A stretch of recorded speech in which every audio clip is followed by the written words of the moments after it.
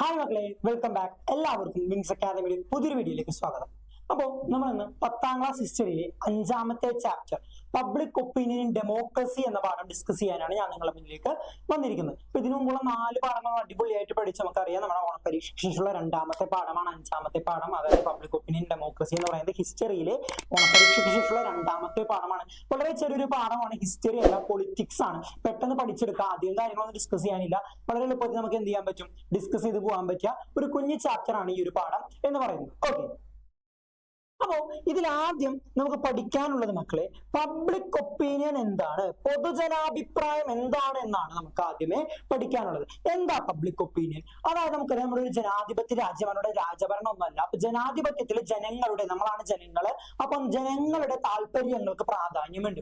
അപ്പോ ഒരു വിഷയത്തിന്മേലുള്ള ജനങ്ങളുടെ പൊതുവായ അഭിപ്രായത്തെയാണ് പബ്ലിക് ഒപ്പീനിയൻ അഥവാ പൊതുജനാഭിപ്രായം എന്ന് പറയുന്നത്. ഒരു വിഷയത്തിന്മേലുള്ള ജനങ്ങളുടെ പൊതുവായ അഭിപ്രായം. ഓക്കെ, ഇപ്പൊ പല വിഷയങ്ങൾ രാജ്യത്ത് നടക്കുന്നുണ്ട്, പല വിഷയങ്ങൾ നടക്കുന്നുണ്ട് അല്ലെ. നമ്മുടെ രാജ്യത്ത് തന്നെ നോക്കാം, ഇപ്പൊ വോട്ട് കൊള്ള എന്ന പേരിൽ പല പ്രശ്നങ്ങൾ നടക്കുന്നുണ്ട്, അതുപോലെ തന്നെ തൊഴിലില്ലായ്മയുടെ പേരിൽ പല പ്രശ്നങ്ങൾ നടക്കുന്നുണ്ട്, അതുപോലെ തന്നെ അഴിമതി എന്നൊക്കെ പറഞ്ഞ പല പ്രശ്നങ്ങൾ നടക്കുന്നുണ്ട്. അപ്പോ ഇതിനകത്ത് എല്ലായിടത്തും ജനങ്ങൾക്കിടയിലുള്ള പൊതുവായിട്ടൊരു അഭിപ്രായം ഉയർന്നു വരും. ആ അഭിപ്രായത്തെയാണ് നമ്മൾ പബ്ലിക് ഒപ്പീനിയൻ അഥവാ പൊതുജനാഭിപ്രായം എന്ന് പറയുന്നത്. അതിന്റെ ഒരു വ്യക്തമായിട്ടുള്ള ഒരു ഡെഫിനേഷൻ ടെക്സ്റ്റ് ബുക്കിൽ തന്നിട്ടുണ്ട്, നമുക്കതൊന്ന് നോക്കാം. എന്താണ്? Public opinion is the general opinion of people about issues affecting them. അതായത് general opinion of people, ജനങ്ങളുടെ പൊതുവായ അഭിപ്രായമാണ് എന്തിനകത്ത്, issues affecting them, അവരെ ബാധിക്കുന്ന വിഷയം അല്ലെ. നമ്മൾ ജയിപ്പിച്ചു വിടുന്ന ആളുകളാണ് ഈ MLA-മാരും മന്ത്രിമാരും പ്രധാനമന്ത്രി മുഖ്യമന്ത്രി ഒക്കെ ആവുന്നത്. ഓക്കെ, അപ്പോ ഇവര് കാണിക്കുന്ന ഏതൊരു വിഷയവും എന്താണ്, മിക്കവാറും നമ്മളെ ബാധിക്കുന്ന കാര്യങ്ങളായിരിക്കും. അപ്പോ ജനങ്ങളെ ബാധിക്കുന്ന വിഷയങ്ങളിൽ ജനങ്ങളെടുക്കുന്ന പൊതുവായ നിലപാടിനെ, പൊതുവായ അഭിപ്രായത്തെ, അവർക്കിടയിൽ കോമൺ ആയിട്ടുള്ള ഒപ്പീനിയനെയാണ് പബ്ലിക് ഒപ്പീനിയൻ അഥവാ പൊതുജനാഭിപ്രായം എന്ന് പറയുന്നത്. ഓക്കെ, ഇപ്പൊ നമ്മുടെ കേരളത്തിലായാലും നമ്മുടെ രാജ്യത്തായാലും വിവിധ പ്രശ്നങ്ങൾ നടക്കുന്നുണ്ട്. ഈ പ്രശ്നങ്ങളെല്ലാം നമ്മൾ നിലപാടുകൾ പറയുന്നുണ്ട്. ആ നിലപാടിനെയാണ് നമ്മൾ എടുക്കുന്ന ആ ഒരു അഭിപ്രായത്തെയാണ് നമ്മൾ എന്ത് പറയുന്നത്, പബ്ലിക് ഒപ്പീനിയൻ അഥവാ പൊതുജനാഭിപ്രായം എന്ന് പറയുന്നത്. ഓക്കെ, ഇനി നോക്കി, it can be position or opinion generally held by a section of society on particular issue. അതായത് എന്തായിരിക്കും, ജനങ്ങളെടുക്കുന്ന നിലപാടുകളോ അഭിപ്രായങ്ങളോ ആണ്. ചിലപ്പോൾ അത് നിലപാടുകളാവും, ചിലപ്പോൾ അത് അഭിപ്രായങ്ങളാവും. ഒരു വിഷയത്തില് സമൂഹത്തിലെ ജനങ്ങൾ എടുക്കുന്ന, ഒരു വിഷയത്തിൽ സമൂഹത്തിലെ ജനങ്ങൾ എടുക്കുന്ന പൊതുവായ നിലപാടുകളെയോ അഭിപ്രായങ്ങളെയോ ആണ് എന്ത് പറയുന്നത്, പബ്ലിക് ഒപ്പീനിയൻ അഥവാ പൊതുജനാഭിപ്രായം എന്ന് പറയുന്നത്. വളരെ സിമ്പിൾ ആയിട്ടുള്ള ഡെഫിനേഷൻ ആണ്, പെട്ടെന്ന് തന്നെ പഠിച്ചെടുക്കാനായിട്ട് സാധിക്കുന്ന ഒരു ഡെഫിനേഷൻ ആണ്. ഇനി നമ്മൾ നോക്കേണ്ടത് ക്യാരക്ടറിസ്റ്റിക്സ് ഓഫ് പബ്ലിക് ഒപ്പീനിയൻ, പൊതുജനാഭിപ്രായത്തിന്റെ സവിശേഷതകൾ, ഫീച്ചേഴ്സ് എന്തെല്ലാമാണെന്നാണ്. റിഫ്ലെക്സ് ഡൈവേഴ്സ് ഒപ്പീനിയൻ അല്ലെ. പബ്ലിക് ഒപ്പീനിയൻ എന്ന് പറഞ്ഞാൽ അവിടെ ഒരു അഭിപ്രായം ഉണ്ടാവാ ഇല്ല, പല ആളുകൾക്കും പല അഭിപ്രായങ്ങളായിരിക്കും. എനിക്കുള്ള അഭിപ്രായമാണോന്നില്ല നിങ്ങൾക്കുള്ളത്, നിങ്ങൾക്കുള്ളതാണെന്നില്ല നിങ്ങളുടെ കൂട്ടുകാർക്കുള്ളത്, നിങ്ങളുടെ കൂട്ടുകാർക്കുള്ളതാണോന്നില്ല നിങ്ങളുടെ ഫാമിലിക്കുള്ളത്, നിങ്ങളുടെ ഫാമിലിക്കുള്ളതാണെന്നില്ല നിങ്ങളുടെ ഫാമിലിയിലെ മറ്റു റിലേറ്റീവ്സിനുള്ളത് അല്ലെ. അപ്പോ ഇത്തരത്തിൽ ഈ പബ്ലിക് ഒപ്പീനിയൻ എന്ന് പറയുന്ന സാധനം ഒരു അഭിപ്രായം അല്ല വരാം, അവിടെ പല പല അഭിപ്രായങ്ങളാണ്. ഡൈവേഴ്സ് ഒപ്പീനിയൻ ആണ്, ഒരുപാട് പേർക്ക് ഒരുപാട് അഭിപ്രായങ്ങളുണ്ടാവും. അപ്പൊ പല തരത്തിലുള്ള അഭിപ്രായങ്ങളാണ് വരാം. ചിലപ്പോൾ പോസിറ്റീവായിട്ട് വരാം, ചിലപ്പോൾ നെഗറ്റീവായിട്ട് വരാം, ചിലപ്പോൾ ഒരു മോഡറേറ്റ് ആയിട്ട് പോകാം. ഇങ്ങനെ പല രീതിയിലുള്ള അഭിപ്രായങ്ങളായിരിക്കും പബ്ലിക് ഒപ്പീനിയന്റെ ഭാഗമായിട്ട് ജനങ്ങളിൽ നിന്ന് ഉയർന്നു വരാനായിട്ട് പോകുന്നത്. ഓക്കെ, അടുത്തത് public opinion is necessarily the views and opinions of majority not necessarily the views and opinions of majority of the people but the creation of a general consensus on the topic. അതായത് പൊതുജനാഭിപ്രായം എന്ന് പറഞ്ഞാൽ പൊതുവെ ഭൂരിപക്ഷത്തിന്റെ അഭിപ്രായം സ്വീകരിക്കലല്ല. അതായത് ഞാനിപ്പോ പറയാണ്, ഒരു 100 പേര് അല്ലെങ്കിൽ 200 പേര് പറയുന്ന അഭിപ്രായത്തെ സ്വീകരിച്ചുകൊണ്ട് ബാക്കി 100 പേര് പറയുന്ന ഒരു 500 പേരുണ്ടെന്ന് വിചാരിക്കാം. 500 പേരിൽ ഒരു 300 പേര് ഒരു അഭിപ്രായം പറയുന്നു, ബാക്കി 200 പേര് ഒരു അഭിപ്രായം പറയുന്നു. അപ്പൊ ഈ 300 പേര് അഭിപ്രായം സ്വീകരിക്കലല്ല പബ്ലിക് ഒപ്പീനിയൻ. മെജോറിറ്റിയുടെ അഭിപ്രായം സ്വീകരിക്കലല്ല ഒരിക്കലും എന്തെന്ന് പറയുന്നത്, പബ്ലിക് ഒപ്പീനിയൻ എന്ന് പറയുന്നത്. പബ്ലിക് ഒപ്പീനിയൻ എന്ന് പറയുന്നത് മെജോറിറ്റിയുടെ അഭിപ്രായം സ്വീകരിക്കലല്ല, മറിച്ച് എല്ലാ വിഭാഗം ജനങ്ങൾക്കും അംഗീകരിക്കാൻ പറ്റുന്ന, എല്ലാവർക്കും അംഗീകരിക്കാൻ പറ്റുന്ന പോയിന്റ്സിനെ സ്വീകരിക്കലാണ്. ഓക്കെ, അപ്പോ ഈ 500 പേരിൽ തന്നെ പല അഭിപ്രായം പറയുമ്പോൾ എല്ലാവർക്കും കോമൺ ആയിട്ട് പോകാൻ പറ്റുന്ന കുറച്ച് കാര്യങ്ങളുണ്ട്, എല്ലാവർക്കും ചേർന്ന് നിൽക്കാൻ പറ്റുന്ന കുറച്ച് കാര്യങ്ങളുണ്ട്. ആ എല്ലാവർക്കും ഒരേപോലെ ചേർന്ന് നിൽക്കാൻ പറ്റുന്ന കാര്യങ്ങൾക്ക് പ്രാധാന്യം കൊടുക്കുക. അതാണ് എന്തിന്റെ പ്രത്യേകത, പബ്ലിക് ഒപ്പീനിയന്റെ പ്രത്യേകത. അതല്ലാതെ എന്തല്ല, മെജോറിറ്റിയുടെ അഭിപ്രായം സ്വീകരിക്കലല്ല എന്നർത്ഥം. മെജോറിറ്റിയുടെ അഭിപ്രായം സ്വീകരിക്കലല്ല, എല്ലാവരുടെ അഭിപ്രായങ്ങൾക്കും പ്രാധാന്യം കൊടുക്കലാണ് എന്ത്, പബ്ലിക് ഒപ്പീനിയൻ. ഓക്കെ, അപ്പോ 3 പോയിന്റ് നമ്മൾ ഡിസ്കസ് ചെയ്തു. അടുത്തത് public opinion may change with circumstances, view time and new knowledge. ഈ പൊതുജനാഭിപ്രായം എന്താണ്? കാലഘട്ടത്തിനനുസരിച്ച് മാറും, സമയം മാറുന്നതിനനുസരിച്ച് മാറും, ആളുകളുടെ അഭിപ്രായം മാറുന്നതിനനുസരിച്ച് മാറും, ആളുകൾ കിട്ടുന്ന അറിവുകൾക്കനുസരിച്ച് മാറും, അല്ലെ? ഈ പബ്ലിക് ഒപ്പീനിയൻ ഫിക്സ്ഡ് അല്ല, അത് ഓരോ കാലഘട്ടത്തിനനുസരിച്ച് മാറി മാറി വരുന്നതാണ് എന്തെന്ന് പറയുന്നത് ഈ പബ്ലിക് ഒപ്പീനിയൻ അഥവാ പൊതുജനാഭിപ്രായം എന്ന് പറയുന്നത്. ഫോർ എക്സാമ്പിൾ, നമ്മുടെ നാട്ടിൽ ഇപ്പോൾ കേരളത്തിന്റെ ഇങ്ങേ അറ്റം മുതൽ അങ്ങേ അറ്റം വരെ ദേശീയപാത 6 വരിയാക്കുന്ന പണി അടയ്ക്കാം. 2016 മുമ്പ് ഉമ്മൻചാണ്ടി സർക്കാരിന്റെ കാലഘട്ടത്തില് ദേശീയപാത അതോറിറ്റി ഓഫീസ് പൂട്ടി വളർന്ന് പോയതാ. കാരണം ജനങ്ങൾ അവർക്ക് ഭൂമി വിട്ടുകൊടുക്കാൻ തയ്യാറായിരുന്നില്ല, ജനങ്ങൾക്ക് അത് വേണ്ട എന്നുള്ള നിലപാടായിരുന്നു. അങ്ങനെ 2016 ശേഷം ഇപ്പോൾ മുഖ്യമന്ത്രി പിണറായി വിജയൻ അധികാരത്തിൽ വരുന്നു. അദ്ദേഹം ഡൽഹിയിൽ പോയി സംസാരിക്കുന്നു. ദേശീയപാത അതോറിറ്റി പിന്നീട് ഇവിടെ വരുന്നു. ദേശീയപാത 6 വരിയാക്കാനുള്ള തീരുമാനമെടുത്തു. അപ്പോഴും ജനങ്ങൾ എതിർത്തു. ജനങ്ങൾ എതിർത്തതെന്ന് വെച്ചാൽ ദേശീയപാത വരണോണ്ട് എല്ലാവരും എതിർത്തത്. അവരെ ഭൂമിയൊക്കെ വിട്ടുകൊടുത്ത് അവർക്ക് അർഹമായ നഷ്ടപരിഹാരം കിട്ടുമെന്നറിയാത്ത ബുദ്ധിമുട്ടുകൊണ്ടാണ് അവർ വിട്ടുകൊടുക്കാത്തത്. അങ്ങനെ സർക്കാർ എന്ത് ചെയ്യാണ്? അവർക്ക് അർഹമായ നഷ്ടപരിഹാരം കിട്ടാൻ ഭൂമിയുടെ വില 4 മടങ്ങായിട്ട് വർദ്ധിപ്പിച്ച് ആണ് കണ്ടത്. അപ്പോൾ 5 ലക്ഷം കിട്ടേണ്ട ആൾക്ക് ഒരു 20 ലക്ഷമൊക്കെ ഭൂമിക്ക് വില കിട്ടാൻ തുടങ്ങി. അങ്ങനെ 4 മടങ്ങും 5 മടങ്ങും വില കൊടുക്കാൻ സർക്കാർ തയ്യാറായതോടുകൂടിയാണ് എന്ത് ചെയ്തത്? ഈ ദേശീയപാത വികസനം ഇപ്പൊ 6 വരി പാത തയ്യാറായത്. അപ്പൊ ആളുകൾക്ക് എന്താണ്? അവരുടെ ഭയം മാറി. അവിടെ ഒരു കാലഘട്ടത്തിൽ അധ്വാനിച്ചുണ്ടാക്കിയ സാധനത്തിന് കൃത്യമായ വില കിട്ടില്ല എന്നുള്ള പേടി കാരണമാണ് അവർ ഭൂമിയൊന്നും വിട്ടുകൊടുക്കാഞ്ഞത്.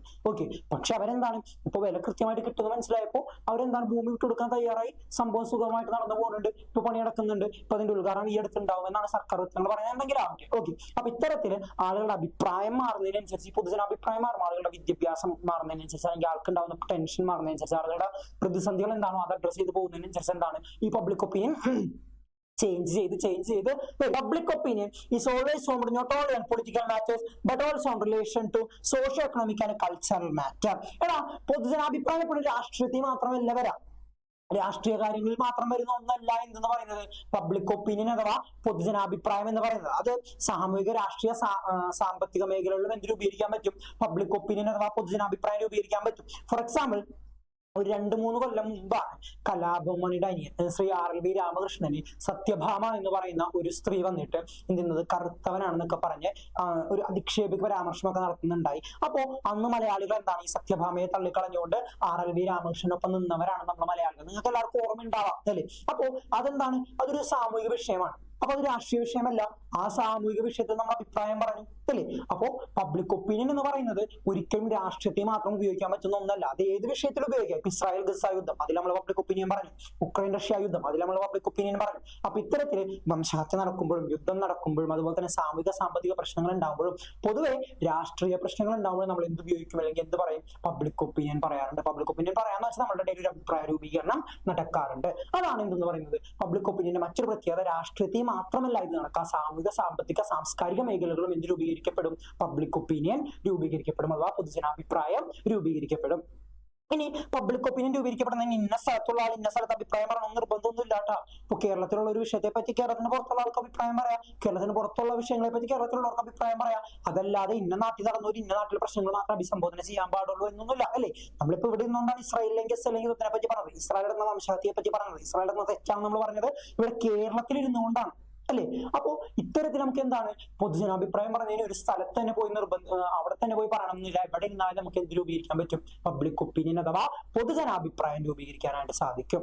ഇനി public opinion insure democratic communication, ജനാധിപത്യ തരത്തിലുള്ള ആശയ സംവാദം ഉറപ്പാക്കുന്നത് എന്താണ്? പബ്ലിക് ഒപ്പീനിയൻ ആണ്, പൊതുജനാഭിപ്രായമാണ്. ജനാധിപത്യപരമായിട്ടുള്ള ആശയ സംവാദം ഉറപ്പുവരുന്നത് എന്താണ്? പബ്ലിക് ഒപ്പീനിയൻ അഥവാ പൊതുജന അഭിപ്രായമാണ്. വളരെ സിമ്പിൾ ആണ് മക്കളെ, ഇതൊക്കെ അങ്ങോട്ട് പഠിച്ചു വെക്കുക. ഇതൊക്കെ എന്തായാലും പരീക്ഷയ്ക്ക് 4 മാർക്കിന് ചോദിക്കാൻ സാധ്യതയുള്ള ചോദ്യമാണ്. ഈ പാഠത്തിൽ നിന്ന് എസ്സേ ക്വസ്റ്റ്യൻസ് ഉണ്ടാവില്ല. 4 മാർക്കിന്റെയും 3 മാർക്കിന്റെയും 2 മാർക്കിന്റെയും 1 മാർക്കിന്റെയും ചോദ്യങ്ങളായിരിക്കും ഈ പാഠത്തിൽ നിന്ന് ഉണ്ടാവുക. അപ്പോൾ ഈ ഒരു 4 മാർക്കിന്റെ ചോദ്യമായിട്ട് പ്രതീക്ഷിക്കേണ്ട ഭാഗമാണിത്.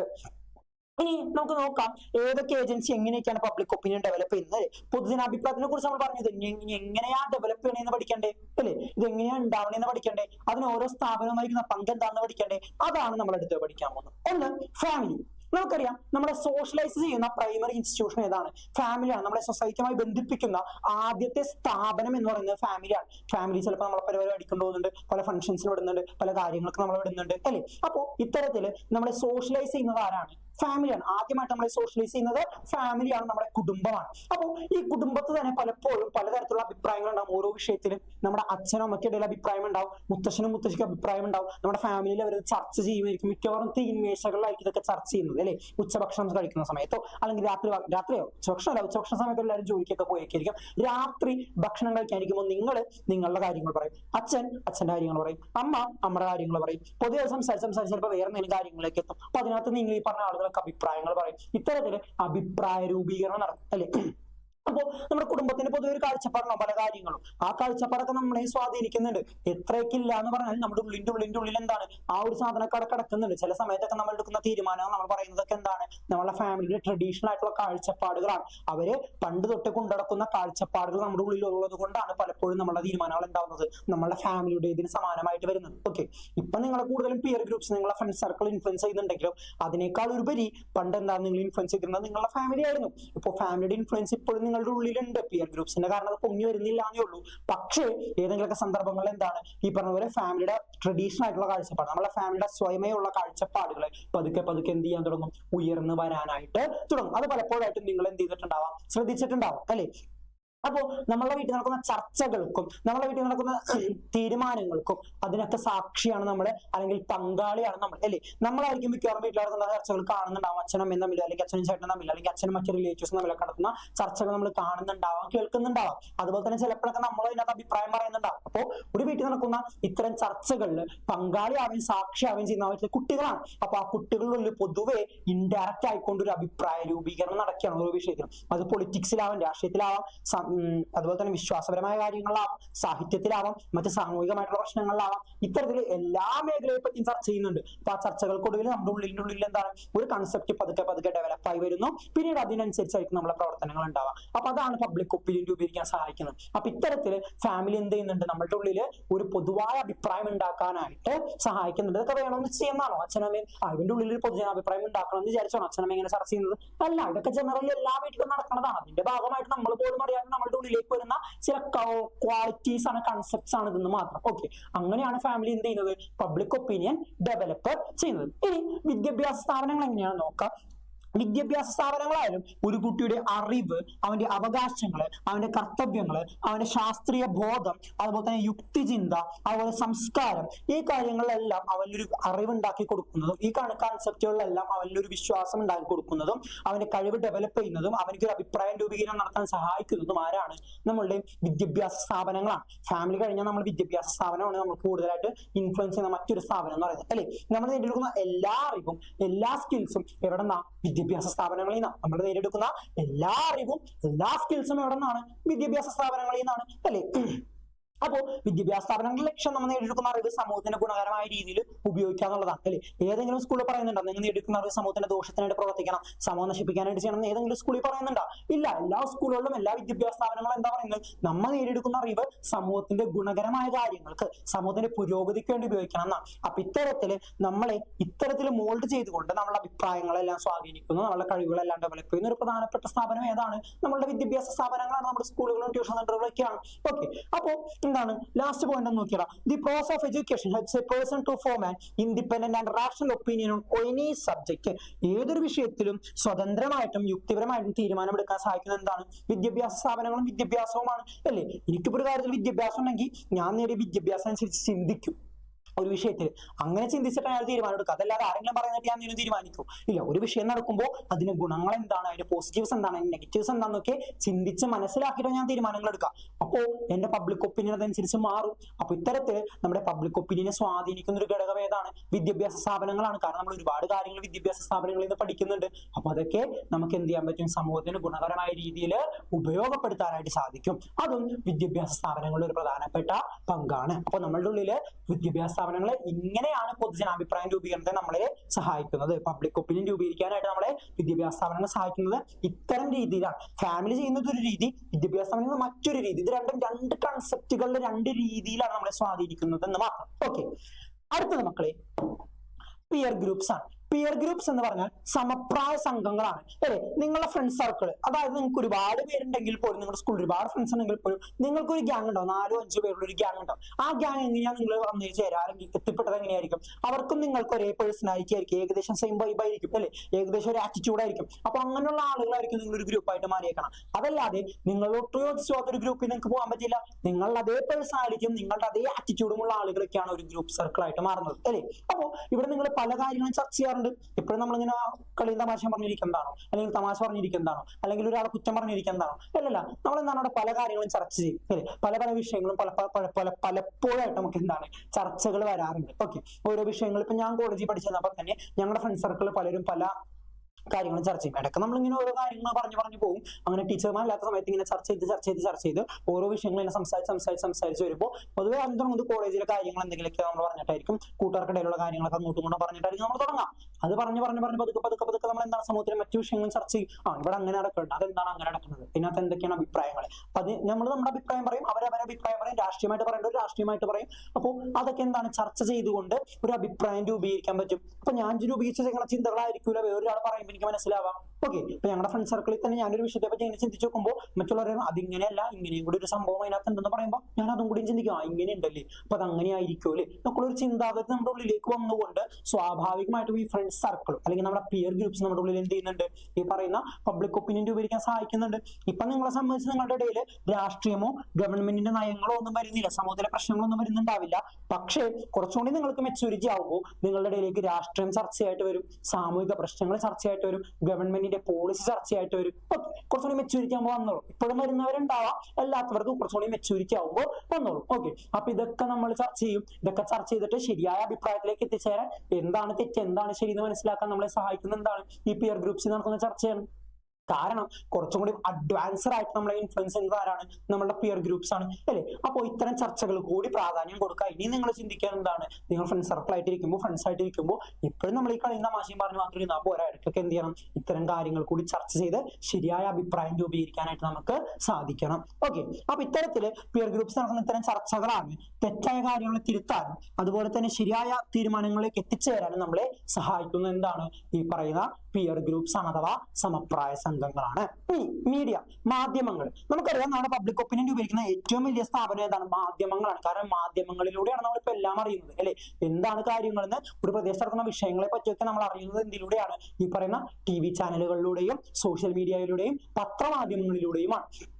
ഓക്കെ, അപ്പോ ഈ പറയുന്ന ന്യൂസ് ആയാലും അതിനകത്ത് നടക്കുന്ന ചർച്ചകളായാലും അതിൽ നടക്കുന്ന പരസ്യങ്ങളായാലും നമുക്ക് എന്താണ് നമ്മൾ ജനങ്ങളെ വലിയ രീതിയിൽ സ്വാധീനിക്കാൻ പറ്റുന്ന കാര്യങ്ങളാണ് മാധ്യമങ്ങൾ അല്ലെ. മാധ്യമങ്ങൾ എന്ന് പറയുമ്പോൾ ന്യൂസ് പേപ്പർ ഉണ്ട്, ടെലിവിഷൻ, റേഡിയോസ് ഉണ്ട്, അതുപോലെ തന്നെ സോഷ്യൽ മീഡിയാസും ഉണ്ട്. ഓക്കെ, ടെലിവിഷൻ എന്ന് പറഞ്ഞാൽ ന്യൂസ് പേപ്പർ എന്ന് പറഞ്ഞാൽ അതിനകത്ത് എന്താണ്, അതാണ് കുറച്ചും കൂടി ആനുകാലികമായിട്ടുള്ള സംഭവങ്ങളൊക്കെ പേപ്പറിൽ അച്ചടിച്ചായിരിക്കും നമുക്ക് തരുന്നത്. ഓക്കെ, നിങ്ങളിപ്പോ ചിലപ്പോൾ പലരും പേപ്പർ ഒന്നും വായിക്കണം എന്നുണ്ടാവില്ല. നിങ്ങളുടെ പാരന്റ്സോ കൂടുതലായിട്ടും ഗ്രാൻഡ് പാരന്റ്സ് ഒക്കെ ആയിരിക്കും എന്ത് ചെയ്യുന്നത്, പേപ്പറൊക്കെ ഒന്നുകൂടി വായിക്കുന്നത് അല്ലെ. ചിലപ്പോൾ നിങ്ങളുടെ പാരന്റ്സും അത്യാവശ്യം വായിക്കായിരിക്കും. നിങ്ങളെ സംബന്ധിച്ച് കുറച്ച് പേര് മാത്രമേ എന്തൊക്കെയുണ്ടാവുള്ളൂ, പേപ്പർ വായിച്ച് അഭിപ്രായം രൂപീകരിക്കുകയും പേപ്പർ വായിച്ച് തീരുമാനങ്ങൾ കണ്ടെത്തുകയും ചെയ്യുന്നത് അല്ലെങ്കിൽ ആ വിവരങ്ങൾ ശേഖരിക്കുകയും ചെയ്യുന്നത് വളരെ കുറച്ച് ആളുകളായിരിക്കും അല്ലെ. അപ്പോൾ ഈ പറഞ്ഞ ന്യൂസ് പേപ്പർ എല്ലാ രാഷ്ട്രീയ സാമൂഹിക സാമ്പത്തിക പ്രശ്നങ്ങളും ജനങ്ങളുടെ മുമ്പിലേക്ക് എത്തിക്കുന്നുണ്ട്. നമ്മൾ പേപ്പറൊക്കെ എടുത്ത് നോക്കാം, സമൂഹത്തിൽ നടക്കുന്ന എല്ലാ കാര്യങ്ങളും നമ്മുടെ മുന്നിലേക്ക് എത്തിക്കുന്നുണ്ട് എന്ത്, പേപ്പർ. ഓക്കെ, അപ്പോ ഈ പേപ്പർ ജനങ്ങളുടെ അഭിപ്രായം രൂപീകരിക്കാൻ സഹായിക്കുന്നുണ്ട്. ഓരോ വിഷയങ്ങളും ജനങ്ങളുടെ മുന്നിലേക്ക് എത്തിച്ച് അതിൽ ഓരോരുത്തർ നടന്ന പ്രസ്താവനകൾ ജനങ്ങളുടെ മുന്നിലേക്ക് എത്തിച്ച് അതിലെ എഴുത്തുകാരൻ്റെതായ രീതിയിൽ ജനങ്ങളുടെ അഭിപ്രായം രൂപീകരിക്കാനായിട്ട് സഹായിക്കുന്നുണ്ട്. പക്ഷേ ഒരു പ്രശ്നം എന്ന് വെച്ചതൊക്കെ എന്താണ്, ബയസ്ഡ് ആണ്. ഓക്കെ, ഇതൊക്കെ എന്താണ്, ബയസ്ഡ് ആണ്. ഇതൊക്കെ വളരെ പെട്ടെന്ന് എന്താണ്, എല്ലാ മാധ്യമങ്ങളും പത്രമാധ്യമങ്ങളായാലും ദൃശ്യമാധ്യമങ്ങളായാലും സോഷ്യൽ മീഡിയ ആയാലും എന്താണ്, ബയസ്ഡ് ആണ്. പലപ്പോഴും പല ആളുകൾക്കും വേണ്ടി എന്താണ്, തെറ്റായ വാർത്തകൾ കൊടുക്കുന്നുണ്ട്. ഓക്കെ, അപ്പൊ ഇത്തരത്തിൽ നമ്മുടെ അഭിപ്രായ രൂപത്തെ വഴി തെറ്റിച്ച് വിടാനുള്ള കഴിവും എന്തിനുണ്ട്, മാധ്യമങ്ങൾക്കുണ്ട്. അതിപ്പോ പത്രവാർത്തയായാലും TV വരുന്ന വാർത്തയായാലും അല്ലെങ്കിൽ സോഷ്യൽ മീഡിയയിൽ വരുന്ന വാർത്തയായാലും എന്തും കണ്ട് കണ്ണടച്ച് വിശ്വസിക്കാൻ പാടില്ല. അതിൽ കുറെ തെറ്റുകളുണ്ട്. ഓക്കെ, അപ്പൊ അതെന്താണെന്നുള്ളത് വ്യക്തമായിട്ട് മനസ്സിലാക്കിയിട്ട് വേണം നമ്മൾ എന്ത് ചെയ്യാൻ, ശരിയാണെന്ന് മനസ്സിലാക്കിയിട്ട് വേണം അഭിപ്രായ രൂപീകരണം നടത്താൻ. അതല്ലാതെ ഒരെണ്ണം കാണുമ്പോൾ തന്നെ ഒരാളെ ചീത്തയും വിളിച്ച് അല്ലെങ്കിൽ അഭിപ്രായ രൂപീകരണം നടത്താനല്ല പറയുന്നത്. ഓക്കെ, കുറച്ച് എക്സാമ്പിൾ പറഞ്ഞുതരാം. 2018 പ്രളയത്തിന്റെ സമയത്ത് ഓമനക്കുട്ടൻ എന്ന് പറയുന്ന ഒരാളുണ്ടായിരുന്നു. ഓക്കെ, കൊല്ലത്തോ പത്തനംതിട്ടയോ എന്തോ ആണ് ആളുടെ വീട്. അപ്പോ ക്യാമ്പിലാണ് ഒരുപാട് ആളുകൾ. അപ്പൊ ക്യാമ്പിൽ കഴിയുന്ന ആളുകൾക്ക് ഭക്ഷണ സാധനങ്ങൾ മേടിക്കാം, പച്ചക്കറി എന്തോ മേടിക്കാൻ ആൾ ഓട്ടോ വിളിച്ച് ടൗണിൽ പോയി തിരിച്ചു വന്നു. ഓട്ടോ കാശ് കൊടുക്കാൻ ആളുടെ പൈസ ഉണ്ടായില്ല. അങ്ങനെ ആ ക്യാമ്പിലുള്ള ആളുകൾ പൈസ പിരിച്ച ആൾക്ക് കൊടുക്കുകയാണ്. ഓക്കെ, ആൾക്ക് എന്താണ് ക്യാമ്പിലുള്ളവർക്ക് ഭക്ഷണം മേടിക്കാൻ പോയതാണല്ലോ. അപ്പൊ അതിനുവേണ്ടി എന്ത് ചെയ്യാണ് ആ ജനങ്ങൾ ആ സ്നേഹത്തിന്റെ പേരിൽ, കാരണം ക്യാമ്പിൽ പോയപ്പോ പെട്ടെന്ന് ഒരു ദിവസം രാത്രി എടുത്ത് പോയതാണ്. അപ്പൊ എല്ലാവരും പൈസ ഒന്നും കൊണ്ട് പോയിട്ടില്ല, കയ്യിലുള്ള 10ഉം 5ഉം വെച്ചിട്ട് ഒരു 70 രൂപ 80 രൂപ എന്തോ പിരിച്ച് ഓമനക്കുട്ടന്റെ കൊടുത്തു. ഈ ഓമനക്കുട്ടൻ എന്ന് പറഞ്ഞ ആൾ എന്ത് ചെയ്യണം, ഓട്ടോ കാശ് കൊടുത്തു. ഇത് അവിടെ മലയാള മനോരമയുടെ ചാനലുകാരുണ്ടായിരുന്നു, അവർ റെക്കോർഡ് ചെയ്തു. അവർക്കറിയാം ഇതെന്താണ്, ഇയാള് പൈസ നിർബന്ധിച്ച് മേടിച്ചല്ല, ജനങ്ങൾ കൊണ്ടുപോയി കൊടുത്താണ്. പക്ഷേ മനോരമക്കാർ ഇത് എങ്ങനെയാ റിപ്പോർട്ട് ചെയ്തത്? ക്യാമ്പില് ഇയാള് രാഷ്ട്രീയക്കാരനാണ്, ഇയാൾ പൈസ പിരിക്കുകയാണ്, പാർട്ടി പിരി വളർത്തിയെന്ന് വാർത്ത കൊടുത്തു. സ്വാഭാവികമായിട്ടും നമ്മൾ കാണുന്ന ആൾക്കാരൊക്കെ അയാളെ ചീത്ത വിളിക്കാൻ തുടങ്ങി, അയാളെ പാർട്ടിക്കാരും കുറ്റം പറയാൻ തുടങ്ങി, ആളെ ചീത്ത വിളിക്കാൻ തുടങ്ങി, ആളുടെ തെറി പറഞ്ഞുകൊണ്ട് വരികയായിരുന്നു. സോഷ്യൽ മീഡിയ ഒക്കെ ഭയങ്കര മോശമായ ഭാഷയിലാണ് ആൾ എഴുതിയത്. പക്ഷേ ബാക്കിയുള്ള മാധ്യമങ്ങൾ ഇത് അറിഞ്ഞു, അവിടെ ചെന്നു, റിപ്പോർട്ട് ചെയ്തപ്പോൾ അടുത്ത ജനങ്ങൾ എന്താ പറഞ്ഞത്? ഞങ്ങൾക്ക് ഭക്ഷണം മേടിക്കാൻ പോയ ആളുടെ തൊട്ടോ കാശില്ലാത്തതുകൊണ്ട് ഞങ്ങൾ പൈസ കൊടുത്തു, അതേ നടന്നിട്ടുള്ളൂ. അതല്ലാണ്ട് ആള് രാഷ്ട്രീയ പിരിവ് നടത്താൻ വേണ്ടി വന്നതല്ല. ഇതൊക്കെ മനോരമക്ക് അറിയാം, മനോരമക്കാർ തെറ്റായ വാർത്ത കൊടുത്താന്ന് ജനങ്ങൾ പറഞ്ഞു. പക്ഷേ ശരിയായ വാർത്ത വന്നപ്പോഴത്തേനും 1-2 മണിക്കൂർ കഴിഞ്ഞ് അപ്പോഴേക്കും ആളെ തെറി പറയാനുള്ള ഒരു തെറി പറഞ്ഞു, ആളെയും ചീത്ത പറഞ്ഞ, ആളെ പറ്റി മോശമായ രീതിയിൽ എഴുതുകയും വരികയും ചെയ്ത്, ആളെ പറ്റി തെറ്റായ ഒരു അഭിപ്രായം രൂപീകരിക്കപ്പെടുകയും ചെയ്തു, ഇല്ലേ? അപ്പൊ ഇതാണ് പറയുന്നത്, മാധ്യമങ്ങൾ പലപ്പോഴും ബയസ്ഡ് ആണ്. തെറ്റായ വാർത്തകൾ കൊടുത്തുകൊണ്ട് ജനങ്ങളെ തെറ്റിദ്ധരിപ്പിക്കാൻ നോക്കുന്ന ആൾക്കാരാണ് മാധ്യമങ്ങൾ. അതുപോലെ തന്നെയാണ് കഴിഞ്ഞ ഓണത്തിന്റെ അന്ന് വന്ന വാർത്ത. വയനാട് മുണ്ടക്കൈ ചൂരൽമല ദുരന്തത്തിൽപ്പെട്ടവർക്ക് സർക്കാർ ചെലവാകാൻ സാധ്യതയുള്ള പൈസ കോടതിയിൽ കൊടുത്തു, കേന്ദ്രത്തിൽ നിന്ന് നഷ്ടപരിഹാരം കിട്ടാനായിട്ട്. അപ്പൊ എല്ലാത്തിനും മാക്സിമം വലിയിട്ടാണ് കൊടുത്തത്, എന്നാൽ മാത്രമേ കേന്ദ്രത്തിൽ നിന്ന് എന്തെങ്കിലും കിട്ടുള്ളൂ, അല്ലേ? നമുക്ക് ഇപ്പൊ തന്നെ അറിയാം, 2000 കോടി ആവശ്യപ്പെട്ട് നമുക്ക് കിട്ടിയത് 200 കോടിയാണ് കിട്ടിയത്, അല്ലേ? 10% പോലും നമുക്ക് തന്നില്ല. ഓക്കെ, ബാക്കി തന്നത് 500 കോടി കടമായിട്ടാണ്, നമ്മളോട് പലിശ അടക്കം തിരിച്ചു കൊടുക്കാനാണ് പറഞ്ഞേക്കണം. അപ്പൊ ഇത്തരത്തിൽ നമ്മൾ ഒരുപാട് ചൂഷണം ചെയ്തിട്ടുണ്ട്. ഓക്കെ, അപ്പോൾ കൃത്യമായിട്ട് പോയി നഷ്ടപരിഹാരം കിട്ടാനായിട്ട് നമ്മൾ വലിയൊരു തുക കൊടുത്തു, ഇത്ര ചെലവായിട്ടെന്ന് പറഞ്ഞു കൊടുത്തു, അല്ലേ? ചെലവാകാൻ സാധ്യതയുണ്ട്, ചെലവാകാൻ സാധ്യത ഉണ്ടെന്ന് പറഞ്ഞാൽ കൊടുത്തത്, എസ്റ്റിമേറ്റ് ചെയ്താ കൊടുത്തത്. പക്ഷേ വാർത്ത വന്നപ്പോ എന്താണ്, പൈസ ഇത്രയും ചെലവാക്കി എന്നൊക്കെ പറഞ്ഞ് സർക്കാരിനെ കുറ്റം പറയാൻ തുടങ്ങി. സർക്കാർ ഇത്രയും ചെലവാക്കിയിട്ടൊന്നുമില്ല, അവിടെ അഴിമതി കാണിക്കാൻ തുടങ്ങി എന്ന് പറഞ്ഞാൽ നമ്മൾ കുറ്റം പറയാൻ തുടങ്ങി. കുറെ കഴിഞ്ഞപ്പോൾ ഒരു തിരുത്തി, മാധ്യമങ്ങൾ തിരുത്തി, ചെലവായ തുകയല്ല, ചെലവാകാൻ സാധ്യതയുള്ള പൈസയാണ് അവർ പറഞ്ഞു. പക്ഷെ അവർക്കത് അറിയാനിട്ടാണോ?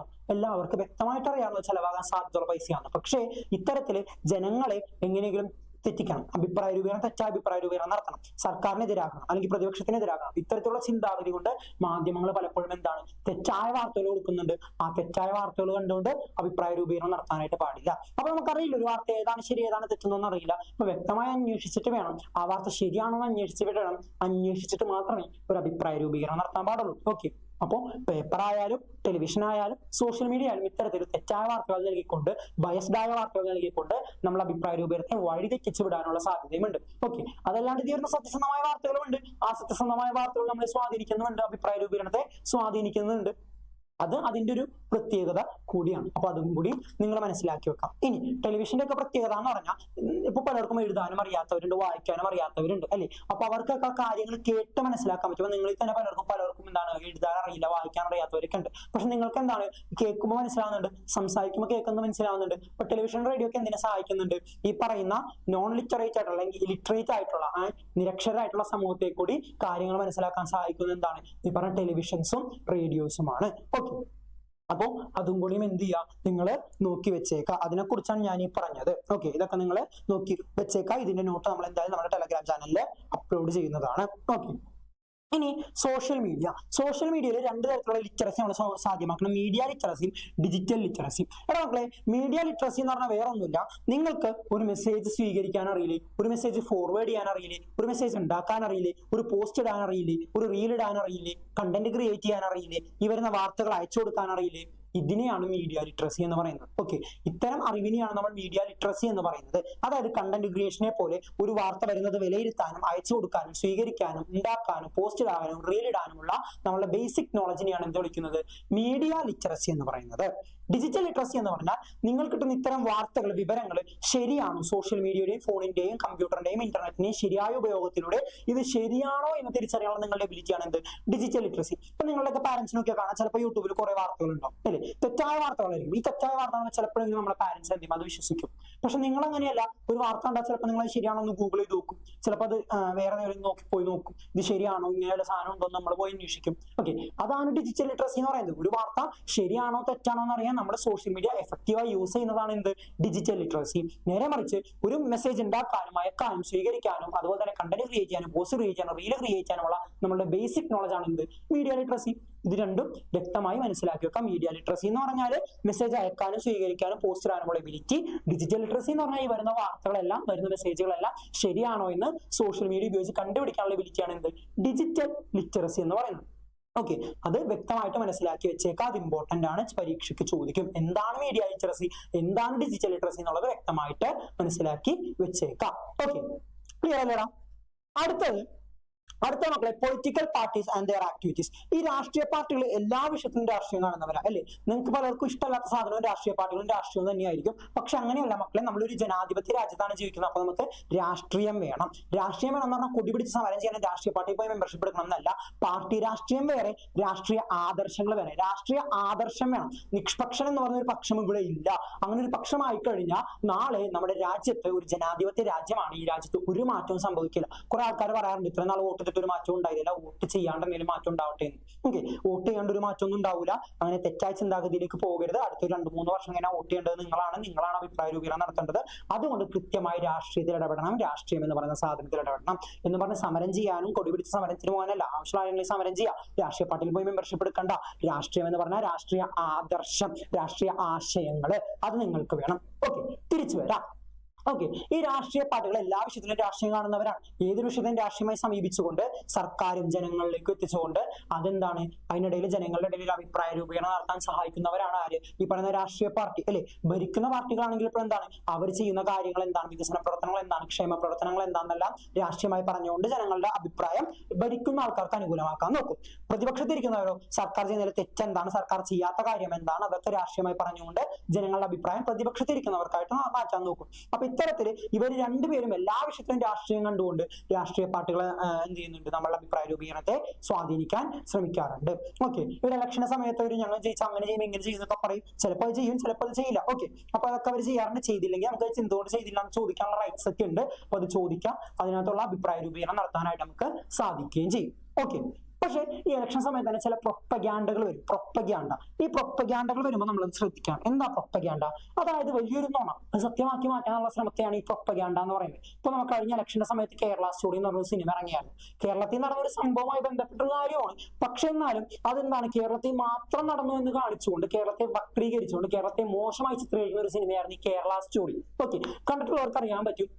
കേരളത്തിൽ നിന്ന് 10-30,000-ഓളം പേരെ മതം മാറ്റിക്കൊണ്ട് എന്താണ് തീവ്രവാദ സംഘടന ISIS-ലേക്ക് റിക്രൂട്ട് ചെയ്തു എന്നാണ് ആ സിനിമയിൽ പറയുന്നത്. പക്ഷെ എന്താണ്, കേരളത്തിൽ നിന്ന് അങ്ങനെ 1-2 പേരാണ് പോയേക്കുന്നത്. അത് ഇന്ത്യയുടെ വിവിധ ഭാഗങ്ങളിൽ, കേരളത്തിൽ നിന്ന് മാത്രമല്ല ഇന്ത്യയുടെ പല ഭാഗങ്ങളിൽ നിന്ന് അങ്ങനെ പോയതിന്റെ ഭാഗമായിട്ട് കേരളത്തിൽ നിന്ന് പോയത് എന്തുവാണ്. ഓക്കെ, അതല്ലാതെ കേരളത്തിൽ നിന്ന് മാത്രമായിട്ട് അങ്ങനെ പോയിട്ടൊന്നുമില്ല.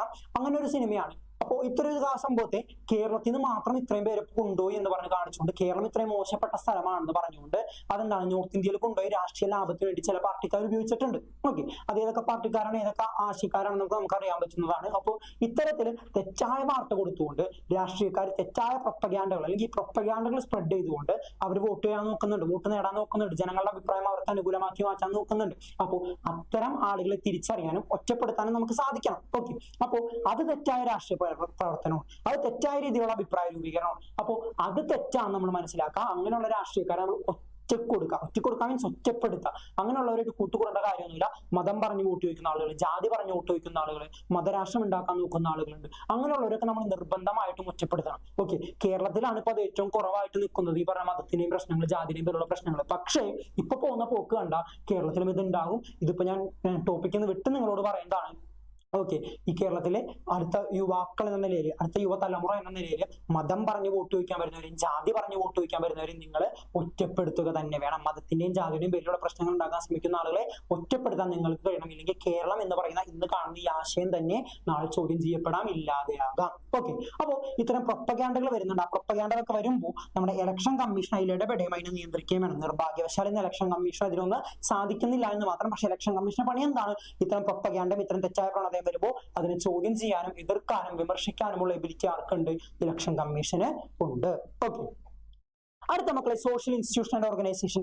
രാഷ്ട്രീയ സംഘടനകളല്ലാതെ ചില ക്ലബ്ബുകൾ നമ്മുടെ നാട്ടിലുണ്ട്, തൊഴിലാളി സംഘങ്ങളുണ്ട്, കർഷക സംഘങ്ങളുണ്ട്, അല്ലെ, മതസ്ഥാപനങ്ങളുണ്ട്. അപ്പൊ ഇത്തരത്തിൽ സ്റ്റുഡന്റ് യൂണിയൻസ് ഉണ്ട്, യൂത്ത് യൂണിയൻസ് ഉണ്ട്. ഇവരൊക്കെ എന്താണ് സമൂഹത്തിലെ പല മേഖലകളിൽ പ്രവർത്തിച്ചുകൊണ്ട് നമ്മൾ അഭിപ്രായ രൂപീകരണത്തെ സ്വാധീനിക്കുന്ന ഘടകങ്ങളാണ്. അതിനെക്കുറിച്ച് അത്രയും മനസ്സിലാക്കി വെച്ചാൽ മതി, അതല്ലാണ്ട് കൂടുതൽ പഠിക്കാനില്ല. ഇനി ഒപ്പീനിയൻ പോളോ, അഭിപ്രായ സർവേ. അഭിപ്രായ സർവേ എന്ന് പറഞ്ഞ മക്കളെ ഒരു വിഭാഗം ആളുകളിൽ നിന്ന് വിവരങ്ങൾ ശേഖരിച്ചുകൊണ്ട് അത് മൊത്തം വിഭാഗം ആളുകളുടെ അഭിപ്രായമാക്കി മാറ്റാം. എനിക്കിപ്പോ ഒരു വിഷയത്തിനെ പറ്റി വിവരങ്ങൾ അറിയണം. ഞാൻ ഈ കേരളത്തോളം 3.5 കോടി ജനങ്ങളുടെ അടുത്തും പോകുമോ? ഇല്ല. കൂടി പോയി 1-2 ലക്ഷം ആളുകളുടെ അടുത്ത് പോയാൽ പോയി, അല്ലെങ്കിൽ 10,000 പേരുടെ അടുത്ത് പോകും. ഈ 10,000 പേര് പറയുന്ന അഭിപ്രായം ഈ കേരളത്തിലെ 3.5 കോടി ജനങ്ങളുടെ അഭിപ്രായമാക്കി ഞാൻ അങ്ങോട്ട് മാറ്റും. അതാണ് എന്തെന്ന് പറയുന്നത്, ഒപ്പീനിയൻ പോൾ എന്ന് പറയുന്നത്. ഓക്കെ, അഭിപ്രായ സർവേ എന്ന് പറയുന്നത്. അപ്പോ ബാക്കിയുള്ളവരുടെ അഭിപ്രായം ഈ 10,000 പേര് പറയുന്ന അഭിപ്രായത്തോട് ഞാൻ യോജിപ്പിക്കും. ഇത്രയും പേർക്കുള്ള അഭിപ്രായം ഇതാണെങ്കിൽ ബാക്കിയുള്ളവർക്കും ഇതേ അഭിപ്രായം തന്നെയായിരിക്കും ഞാൻ അങ്ങോട്ട് തീരുമാനിക്കും. അതാണ് ഒപ്പീനിയൻ പോൾ എന്ന് പറയുന്നത്. നമ്മുടെ ഇലക്ഷൻ സമയത്തൊക്കെ മാധ്യമങ്ങൾ നടത്തുന്ന ഒരു സാധനമാണ് ഈ ഒപ്പീനിയൻ പോൾ. അപ്പൊ അത് കാണുമ്പോഴും നമുക്ക് എന്താ നമ്മുടെ അഭിപ്രായം രൂപീകരിക്കാൻ സാധിക്കുന്നുണ്ട്.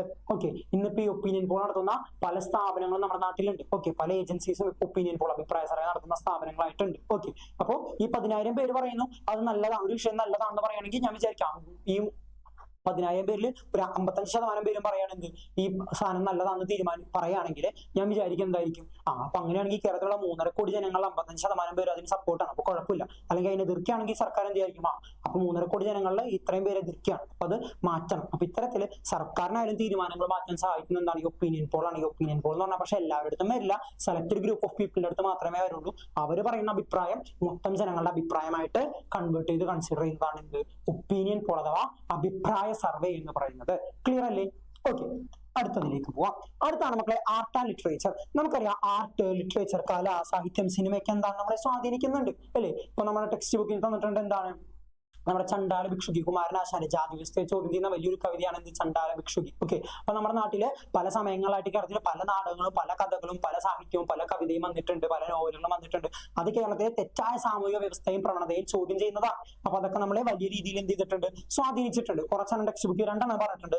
ഒന്ന് പാട്ടബാക്കി എന്ന നാടകം, മറ്റൊന്ന് അടുക്കളയിൽ നിന്ന് അരങ്ങത്തേക്ക് എന്ന് പറയുന്ന നാടകം. ഇത് നിങ്ങൾ കേട്ടോ, അടുക്കളയിൽ നിന്ന് അരങ്ങത്തേക്ക്, വീട്ടി ഭട്ടതിരി പാടില്ല. ഓക്കെ, ഇതെല്ലാം സമൂഹത്തിലെ തെറ്റായ പ്രവണതകളെ ചോദ്യം ചെയ്തുകൊണ്ട് സമൂഹത്തിൽ ഒരുപാട് മാറ്റങ്ങൾ ഉണ്ടാവാൻ കാരണമായ നാടകങ്ങളാണ് ഈ പാട്ടബാക്കി ആയാലും അടുക്കളയിൽ നിന്ന് അരങ്ങത്തേക്കായാലും. ഓക്കെ, അപ്പോൾ ഈ പറഞ്ഞ സാഹിത്യം നമ്മളെ വലിയ രീതിയിൽ സ്വാധീനിക്കുന്നുണ്ട്. ഇപ്പൊ നിങ്ങളെ സ്വാധീനിക്കുന്ന സിനിമയാണ്, നാടകവും കഥയും കവിതയും ഒന്നല്ല, നിങ്ങളെ സ്വാധീനിക്കുന്ന സിനിമയാണ്. ഇപ്പോ ഫോർ എക്സാമ്പിൾ ആവേശം എന്ന് പറഞ്ഞ സിനിമ വളരെ നല്ലൊരു സിനിമയാണ്. പക്ഷേ അതിന്റെ തുടക്കം മുതൽ അവസാനം വരെ ഭൂരിഭാഗം സീനുകളിൽ എന്താണ്, മദ്യത്തിന്റെയും ലഹരിയുടെയും പുകവലിയുടെയും സീനുകളാണ് അതിനകത്തുള്ളത്. സ്വാഭാവികമായിട്ടും ഇത് കാണുന്ന ഒരു ചെറിയ കുട്ടികളുള്ളിലേക്ക് എത്തുന്നതെന്ന് വെച്ചാൽ കോളേജ് ലൈഫ് എന്ന് പറഞ്ഞാൽ ഇതുപോലെ കള്ളു കുടിക്കുകയും മദ്യപിക്കുകയും പുകവലിക്കുകയും ലഹരി വസ്തുക്കൾ ഉപയോഗിക്കുകയും ചെയ്യുന്നതാണെന്നുള്ളൊരു ചിന്താഗതി വരെയാണ്. ഓക്കെ, അപ്പോൾ അങ്ങനെ തെറ്റായ രീതിയിൽ ഇൻഫ്ലുവൻസ് നടക്കുന്നുണ്ട് സിനിമകൾ വഴി. ഓക്കെ, അപ്പൊ അതൊക്കെ മനസ്സിലാക്കാം. ആ സിനിമ കാണിക്കുന്നതല്ല ജീവിതം. ഓക്കെ, സിനിമയിൽ കാണുന്ന അത്തരം കാര്യങ്ങളല്ല ഇൻഫ്ലുവൻസർ ആവേണ്ടത്. സിനിമയുടെ നല്ല നല്ല ആശയങ്ങൾ നോക്കി ഇൻഫ്ലുവൻസർ ആവാം, അതല്ലാതെ തെറ്റായ കാര്യങ്ങൾ ഇൻഫ്ലുവൻസർ ആയിട്ട് കാര്യമൊന്നുമില്ല. പുകവലിക്കുന്നതും മദ്യപിക്കുന്നതും ലഹരി വസ്തുക്കൾ ഉപയോഗിക്കുന്നതും എല്ലാ ജീവിതം, അതെല്ലാ കോളേജ് ലൈഫ്.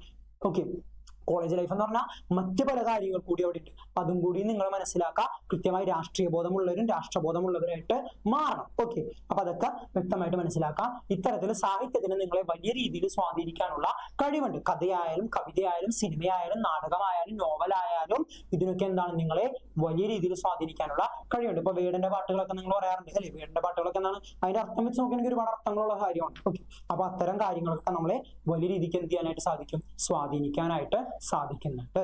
ഓക്കെ, അപ്പോ ഇത്തരം കാര്യങ്ങളാണ്, ഇത്തരം ഏജൻസീസ് ആണ്, ഇത്തരം മേഖലകളാണ് നമ്മുടെ ഉള്ളിലെ അഭിപ്രായ രൂപീകരണത്തെ സ്വാധീനിക്കുന്നത്. വളരെ സിമ്പിൾ ആയിട്ടുള്ള ഒരു പാഠമാണ്, കുറെ കാര്യങ്ങൾ എക്സ്പ്ലെയിൻ ചെയ്യാനൊന്നുമില്ല. ഓക്കെ, ഇപ്പൊ വളരെ പെട്ടെന്ന് നമുക്ക് എന്ത് ചെയ്യാൻ പറ്റും, പഠിച്ചെടുക്കാനായിട്ട് പറ്റുന്ന ഒരു പാഠമാണ്. ഓക്കെ, ഈ പറഞ്ഞ ലാസ്റ്റ് ടോപ്പിക് ആണ് മക്കളെ എന്ത്, എങ്ങനെയാണ് ഈ പബ്ലിക് ഒപ്പീനിയന് തടസ്സപ്പെടുന്ന കാര്യങ്ങൾ. ഓക്കെ, ഹിൻഡർ അല്ലെ, factors that hinder public opinion, പൊതുജനാഭിപ്രായത്തെ തടസ്സപ്പെടുത്തുന്ന കാര്യങ്ങൾ എന്താണെന്നുള്ളത് നോക്കണം. ഒന്ന് ഈ ലിറ്ററസിയാണ്. എടാ, എഴുത്തും വായനയും അറിയാത്ത നിരക്ഷരരായ ആളുകൾ സമൂഹത്തിൽ നടക്കുന്ന പ്രശ്നങ്ങളെ പറ്റി ചർച്ച ചെയ്യൂ. ശാസ്ത്രീയമായിട്ട് അവർക്ക് ചിന്തിക്കാൻ പറ്റൂ, യുക്തിപരമായിട്ട് അവർക്ക് ചിന്തിക്കാൻ പറ്റൂ? ഇല്ല. അപ്പോ എഴുത്തും വായനയും അറിയാത്ത, വിദ്യാഭ്യാസം ഇല്ലാത്ത നിരക്ഷരരായ ജനങ്ങൾക്ക് എന്ത് ചെയ്യാൻ പറ്റില്ല, ഈ പറഞ്ഞതുപോലെ ഒരു വിഷയത്തിൽ ശരിയായ അഭിപ്രായം രൂപീകരിക്കാൻ പറ്റില്ല, കൃത്യമായ അഭിപ്രായം രൂപീകരിക്കാൻ പറ്റില്ല. അപ്പോൾ പൊതുജനാഭിപ്രായത്തെ തടസ്സപ്പെടുത്തുന്ന ഒരു സാധനമാണ്, പബ്ലിക് ഒപ്പീനിയനെ തടസ്സപ്പെടുത്തുന്ന സാധനമാണ് എന്ത്, ഈ ലിറ്ററസി എന്ന് പറയുന്നത് അഥവാ നിരക്ഷരത എന്ന് പറയുന്നത്. ഓക്കെ, അടുത്താണ് മക്കളെ ഡിജിറ്റൽ ഡിവൈഡ്. ഡിജിറ്റൽ ഡിവൈഡ് എന്ന് പറഞ്ഞാൽ മക്കളെ നോക്കിയേ, it is A gap in accessing modern information technology such as internet, computer and smart phone.